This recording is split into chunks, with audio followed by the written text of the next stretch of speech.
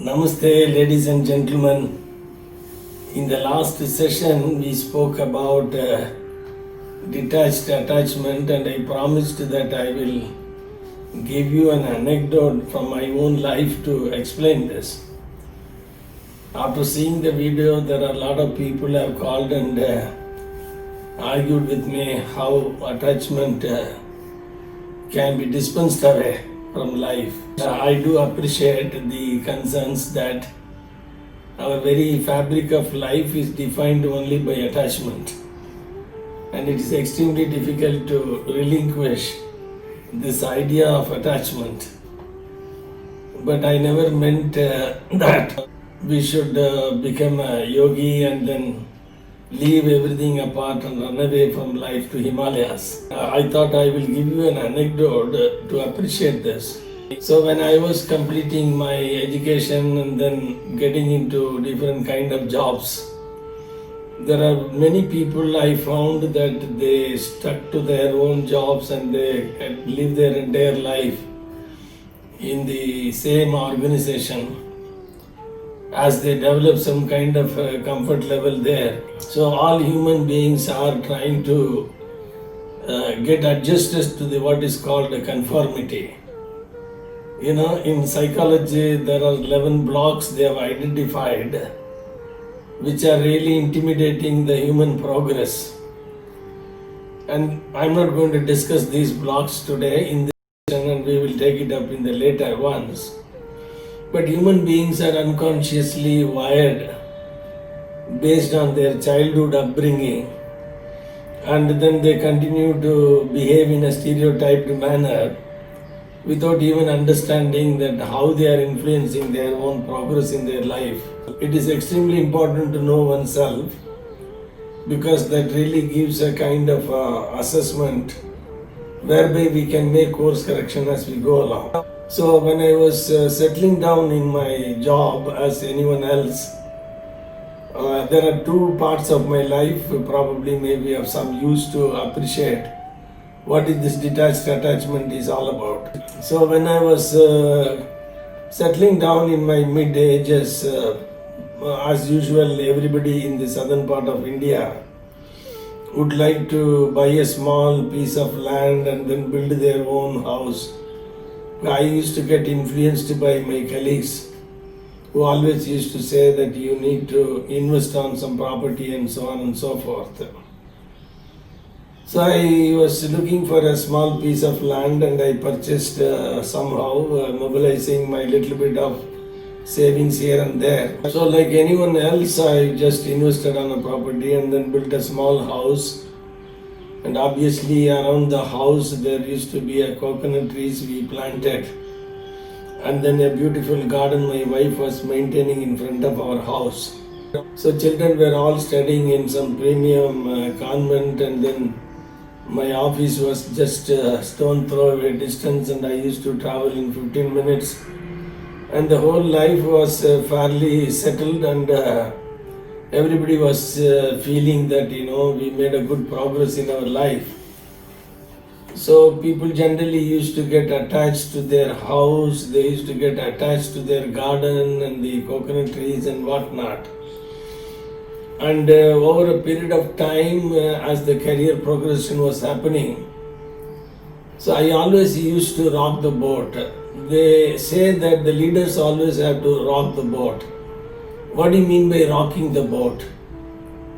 So a boat settles down in a river, and over a period of time there is no movement for the boat, and you deliberately go and shake the boat while passengers are sitting. So this is what actually is simile used for a leader to rock the boat. Really means is that when the organization is fairly settled down in a status quo and everything seems to be normal, and then you want to continue in the same way, you create a turbulence in the system so that people will start looking for some improved way of running their organization. So this is what meant as they rocking the boat essentially. So I always used to rock the boat in the sense that when everything seemed to be settling down, I used to become uncomfortable for the status quo. There are many people who are quite comfortable because it becomes a conforming life that you get up in the morning, continue to do the same thing again and again, go to sleep again and get up and repeat the whole thing. So I was just thinking of moving away from Chennai where I lived for a pretty long time, really born and brought up there. So I felt that I need to move to the northern part of India where I never lived. So many people were advising me, are you becoming mad or what? So now that you have a beautiful house and settled down very well, children are studying, you have a good job. So I was really trying to rock the boat by looking for an opportunity outside Chennai. Under normal circumstances, all my contemporary colleagues and friends were all settled down and they are very happy with what they have. It's not the question of greedily running behind money. It's a question of experiencing life. So at some point in time, I was trying hard for a job, and then I got a job in Crompton Greaves in Bombay, and then decided to leave everything and then come over to Bombay in the year 91. So many of my relatives, friends, and family members were all saying, except my wife, that it's a foolish decision to move out of a comfort zone which already has been established. So they were saying that you have got 12 coconut trees, and so I used to tell them that I am not attached to the coconut trees.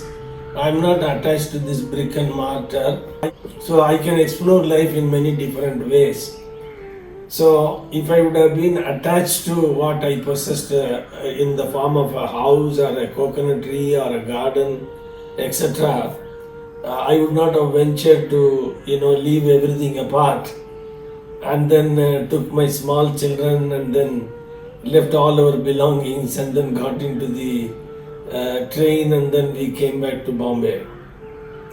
So it may look very strange for people to encourage these type of decisions in life, but I wanted to tell you that unless otherwise you develop a detached attachment on anything, you will not explore the life forward.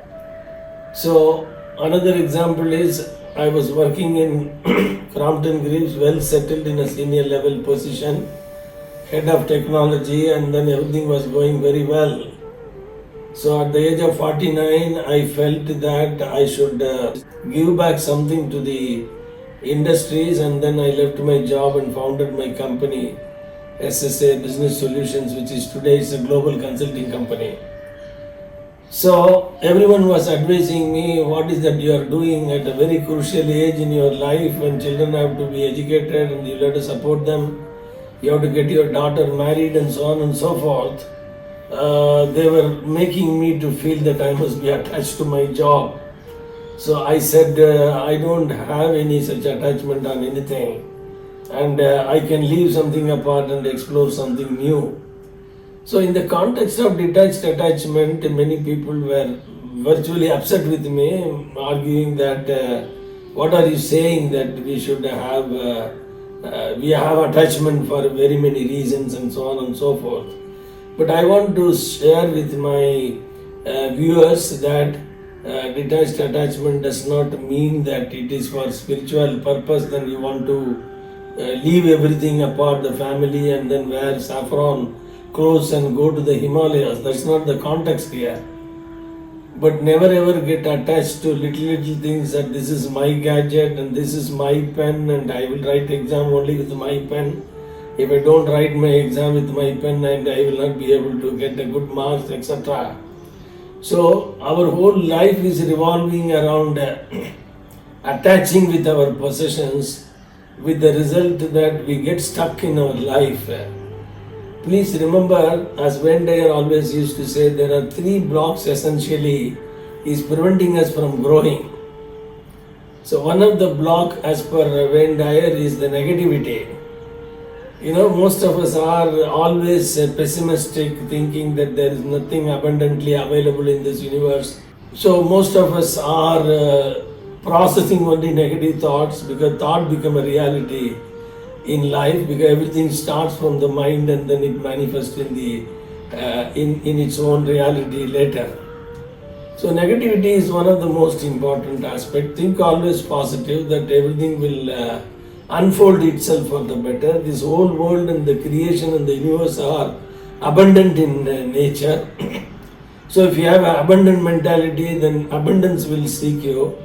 And if you have got a scarcity mentality, only scarcity will start striking you. Because this whole universe is exactly the reflection of what thoughts you are going through and what kind of emotions that you are encouraging.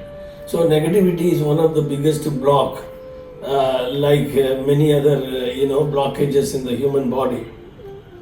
The other aspect, according to Wayne Dyer, is the judgment.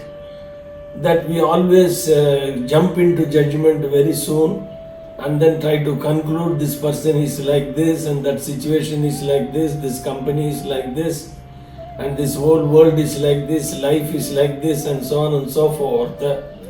Our entire life is revolving around judgment. Vivekananda always used to say that at least the next 1 hour make a decision that you will not judge anything. When you look at something, you look at it as though you are seeing first time. As Sugabodhananda always used to say, can you look at a rose flower without passing any judgment? Not even saying that this is called a rose flower, So you spend a lot of energy in judgment of people, judgment of situation, and so on and so forth. As Joel Barker always used to say that your paradigms are nothing but judgment about life. Every one of us are constantly judging things. So essentially negativity is one of the biggest block, judgment is the second block. And the third is what is called inner balance. The inner balance is extremely important. What do you mean by inner balance? As Rajneesh always used to say, when somebody is walking on the rope, what is he doing? He is carrying a pole on his hand and then he moves towards the right. After reaching a particular point in the right, then he is not continuing, then he starts turning to the left. So when he comes to the left after such a particular point, he started turning to the right. So in order to stay at the center, he is moving towards the right and the left. So that's the way a rope walker always is trying to keep himself at the center. So here there is a centering in everybody's bosom, in the sense that I don't want to get into the spiritual subject in this conversation. Everyone has got what is called a centering in him. The whole life presents itself in the form of two extreme opposites, and then we always try to take one of the extremes, and then we don't have the ability to come back to the center. So coming to the center really means, if you are a meditator, you will appreciate that constantly trying to bring your consciousness towards the divine essence in you, and then try to look at everything with a different perspective. So if you don't have a balance, and if you go into one extreme, people become drug addicts or they become alcoholic. So these are all extremes. That means you are not able to bring balance in your life. That means you go on one direction and then you go on forever, and you don't come back to the center. So it's extremely important to maintain your temperament, maintain your moods, maintain your positivity, maintain your energy level, maintain your health. Whatever it could be, ultimately at the end of the day, it is extremely important that you always maintain at the center. That's what is called the balancing. So when we talk about meditation later, I will explain how do you develop this ability to stay in your center. It's called centering in spirituality. So in essence, at the end of the day, to summarize, that it's extremely important to understand detached attachment does not mean that you are going to become a yogi or you are going to relinquish everything in life and run away to the Himalayas. Detached attachment means whatever that you are possessing right now, whatever could be your life situation, don't try to cling on to it. Don't try to cling on to your current behaviors. Don't cling on to your current beliefs. Let the life present itself. Let the novelty present itself to you. throughout your life. And that's the only way you will be able to remain healthy and make progress in your life. I hope this anecdote is of some help to you and look forward to share with you and more anecdotes in the future. Take care. Thank you very much for your patient listening. God bless you.